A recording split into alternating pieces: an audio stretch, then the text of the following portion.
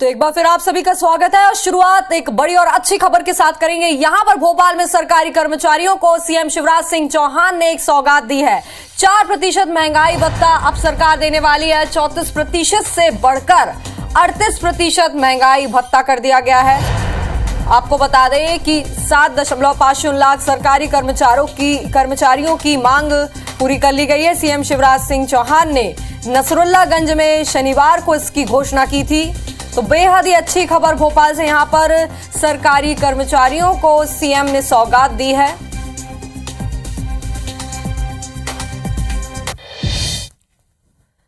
वहीं भोपाल में उमा भारती ने सीएम शिवराज सिंह चौहान से मुलाकात की है। नई शराब नीति को लेकर कई सुझाव भी दिए और अपने सुझावों को शामिल करने की उन्होंने मांग रखी है। उमा भारती ने ट्वीट करके जानकारी दी है और लिखा है कि अब इस बारे में 5 दिन बाद बात करूंगी। बड़ी खबर भोपाल से, यहां पर उमा भारती ने सीएम शिवराज सिंह चौहान से मुलाकात की है और उनके साथ अपने सुझाव जो हैं वे साझा किए और ये भी मांग की है कि उनके सुझावों को शामिल किया जाए, उनके सुझावों को रखा जाए और इस बारे में अब वे 5 दिन बाद बात करेंगी। ऐसा उन्होंने ट्वीट के माध्यम से ये पूरी जानकारी दी है।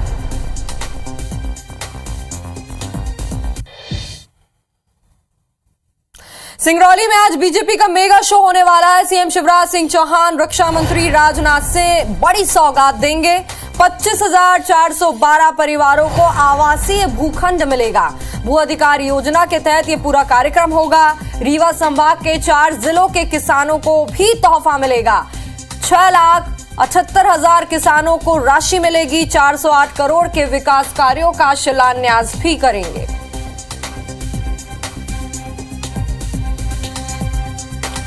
तो बड़ी खबर, सिंगरौली में आज बीजेपी का मेगा शो होने वाला है।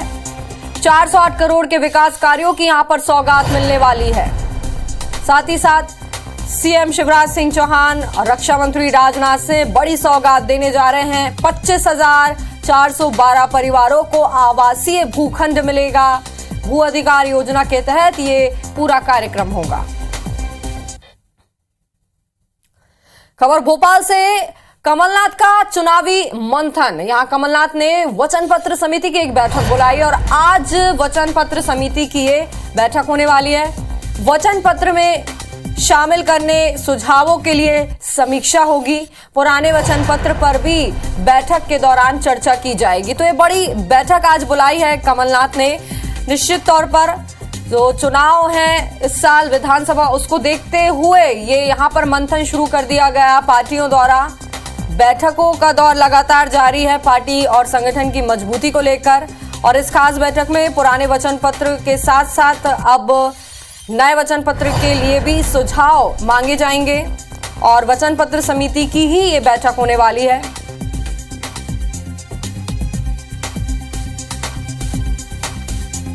तो आज वचन पत्र समिति की बैठक है और इसमें सुझाव की समीक्षा होगी।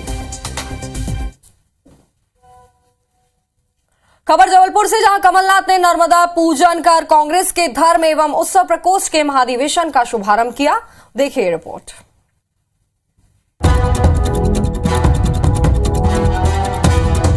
तस्वीरें जबलपुर की हैं, जहां से माता नर्मदा अपने पूरे रुआब से बहती हैं। आज कमलनाथ जबलपुर के नदिया घाट पहुंचे थे, जहां उन्होंने नर्मदा पूजन किया और इसके साथ ही कांग्रेस के धर्म एवं उत्सव प्रकोष्ठ के महाधिवेशन का आगाज भी हो गया। मौका धार्मिक था लेकिन कार्यक्रम एक राजनीतिक दल का था। ऐसे में राजनीतिक बयानबाजी कैसे नहीं होती। कमलनाथ ने भी कुछ ऐसा ही किया। कमलनाथ ने बीजेपी पर निशाना साधा। उन्होंने कहा कि धर्म का ठेका बीजेपी ने नहीं लिया। हम धार्मिक हैं लेकिन पब्लिसिटी नहीं करते। बीजेपी ने कोई ठेका नहीं लिया धर्म का। हमारी धार्मिक भावनाएं हैं, पर हम अपनी धार्मिक भावनाएं मंच पर नहीं लाते, उसको राजनीतिक मुद्दा नहीं बनाते। बात जब धर्म के ठेके की हो तो बीजेपी कांग्रेस से कैसे पीछे रह सकती थी। बीजेपी विधायक अशोक रोहाणी का कहना है कि चुनाव देखकर कांग्रेस ने धर्म का दामन थामा है। चुनाव को देखकर ही ये सब इतनी सक्रियता देखी जा रही है और ये इस तरीके से व्यक्त कर रहे हैं कि हम भी अब धार्मिक हो गए। नर्मदा शिव भक्ति पर मध्य प्रदेश गौ संवर्धन बोर्ड के उपाध्यक्ष स्वामी अखिलेश्वरानंद गिरी ने तंज कसा है। मैं एक एक नस नाड़ी से परिचित हूँ। चुनाव जीतना उनको आता है, इसलिए अब उनको लग रहा है कि ये वाला राग निकालना चाहिए, नर्मदा का डमरू घुमाना चाहिए, शंकर का डमरू घुमाना चाहिए। कुल मिलाकर कांग्रेस बीजेपी दोनों ही धर्म को चुनावी हथियार बनाती दिख रही हैं। देखना होगा कौन किसे मात देता है। कभी हाथ से हाथ मिलाकर चलने वाले दोस्त पर एक दूसरे के सियासी दुश्मन बन गए हैं। बात ज्योतिरादित्य सिंधिया और कमलनाथ की कर रहे हैं, जिनके बीच जमकर जुबानी जंग देखने को मिल रही है। जैसे जैसे एमपी में चुनाव नजदीक आते जा रहे हैं, वैसे वैसे सियासी तापमान भी बढ़ता जा रहा है। आज का दिन कमलनाथ के एक बयान पर पलटवार का दिन साबित हुआ। कमलनाथ ने सिंधिया पर तोप की संज्ञा के सहारे हमला किया था, जिस पर सिंधिया ने ट्वीट कर कमलनाथ के तोप वाले बयान पर निशाना साधा। सिंधिया ने 15 महीने की तोप सरकार में तबादला उद्योग, वादा खिलाफी, भ्रष्टाचार और माफिया राज रहा। कमलनाथ जी अच्छा है, आपकी इस तोप की परिभाषा में मैं फिट नहीं हुआ। वहीं कमलनाथ के बयान पर पंचायत एवं ग्रामीण विकास मंत्री महेंद्र सिसोदिया ने भी पलटवार किया। सिसोदिया ने कहा कि कमलनाथ सही कह रहे हैं, ज्योतिरादित्य सिंधिया तोप नहीं बल्कि मिसाइल हैं। कमलनाथ जी ने जो कहा है कि सिंधिया जी तोप नहीं है, वो बिल्कुल सही कहा है। सिंधिया जी तोप नहीं, सिंधिया जी मिसाइल है। कांग्रेस में पहले बड़े बड़े तोप थे, तो मैंने कहा बड़े बड़े तोप होंगे, मुझे कोई तोप की जरूरत नहीं है। पर ये बात सही भी है, अगर वो कांग्रेस में नहीं है तो नहीं है। बहरहाल आरोपों के बीच ये भी सच है कि अब 2023 में सिंधिया की मिसाइल बीजेपी को जीत दिलाने के लिए अग्रसर है। गुना जिले के विजय राघवगढ़ नगर पालिका के 24 वार्डों को लेकर मतदान बीते रोज संपन्न हुआ, लेकिन इसके बाद भी सियासी पारा चढ़ा हुआ है। पंचायत मंत्री महेंद्र सिंह सिसोदिया का एक धमकी भरे अंदाज में वीडियो सामने आया है। क्या है वीडियो में, देखिए रिपोर्ट। और देखो भैया, जो भी कांग्रेसी लोग हो वो धीरे धीरे करके चुपचाप सर गया, क्योंकि नहीं तो 23 में भी सरकार भाजपा की बनेगी। फिर देख रही हो गोवा का बुलडोजर खड़ा के तैयार। ये वीडियो चुनाव खत्म होने के बाद जमकर चर्चा में है और सोशल मीडिया पर वायरल हो रहा है। इस वीडियो के वायरल होते ही लोगों ने इसे धमकी के तौर पर लेना शुरू कर दिया।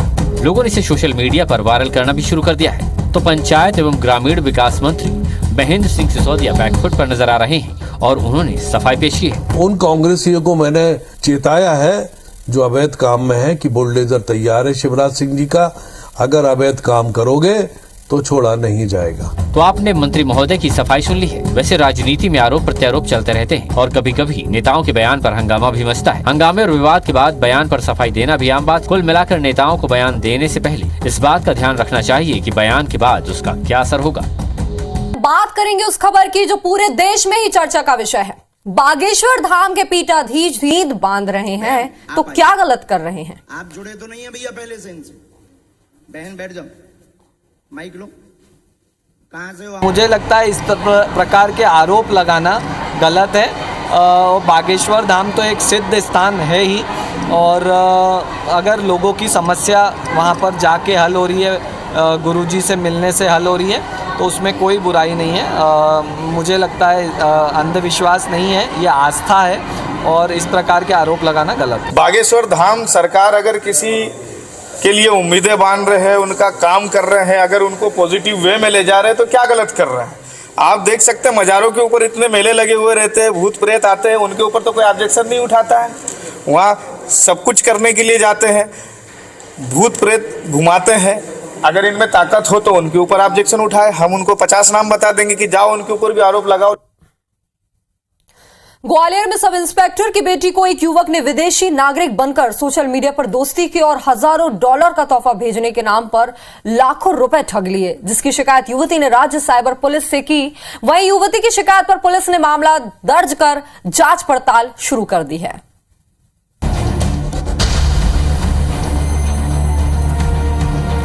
आज का मौजूदा दौर सोशल मीडिया का दौर है और सोशल मीडिया में अनजान लोगों से दोस्ती कभी कभी बहुत महंगी पड़ती है। खबर ग्वालियर के बहोड़ापुर की है, जहां एक सब इंस्पेक्टर की बेटी ठगी का शिकार हो गई। पीड़ित लड़की ने पुलिस को जो शिकायत दी है उसके मुताबिक लड़की से एक युवक ने खुद को ब्रिटेन का नागरिक बताकर सोशल मीडिया प्लेटफॉर्म के जरिए दोस्ती की। कुछ समय तक दोनों के बीच बातचीत चलती रही। फिर एक दिन युवक ने व्हाट्सएप पर बात करने की बात कही। व्हाट्सएप पर दोनों की बात वॉइस कॉल के माध्यम से होने लगी। इस बीच ठग युवक ने कहा कि मैं यूके से $70,000 का तोहफा भेज रहा हूँ, तुम्हारे पास कस्टम ऑफिसर का फोन आएगा जिससे तुम बात करके वहाँ से कलेक्ट कर लेना। कुछ देर बाद पीड़िता के पास एक कॉल आया जिसमें कॉल करने वाली ने खुद को कस्टम डिपार्टमेंट की महिला अफसर बताया और कहा कि गिफ्ट के लिए $70,000 कस्टम ड्यूटी जमा करनी पड़ेगी, जिसके बाद ये तोहफा मिल सकेगा। युवती ने बताए गए अकाउंट में $70,000 ट्रांसफर कर दिए। कुछ देर बाद कॉल आया कि मनी लॉन्ड्रिंग के लिए $2,95,000 और जमा करने हैं। युवती ने उसे भी जमा कर दिया। कुछ देर बाद फिर कॉल आया कि इनकम टैक्स के लिए $4,50,000 और जमा करने होंगे।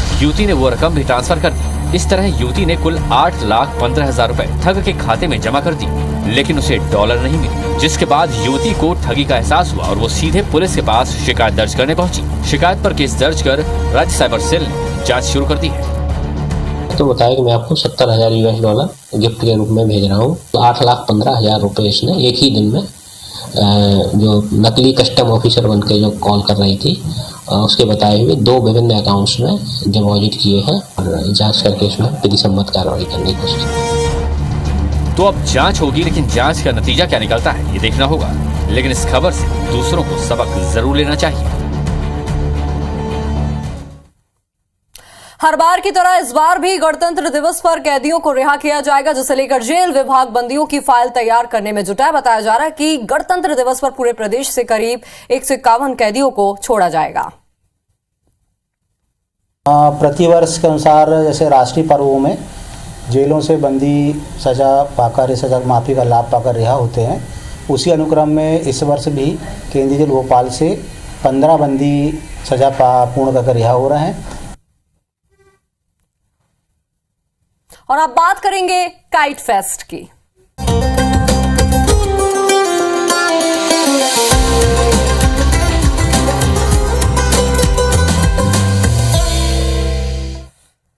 आपको बता दें कि भारत के सबसे बड़े काइट फ्लायर्स आज राजधानी रायपुर में हमारे साथ होंगे। जी हां, कई नेशनल अवार्ड से नवाजे जा चुके फ्लाई 360 की टीम IBC 24 के काइट फेस्ट में शिरकत करेगी। छत्तीसगढ़ में पहली बार ये फ्लायर ग्रुप 20 से 25 फीट तक की विशालकाय पतंगों को उड़ाएगा।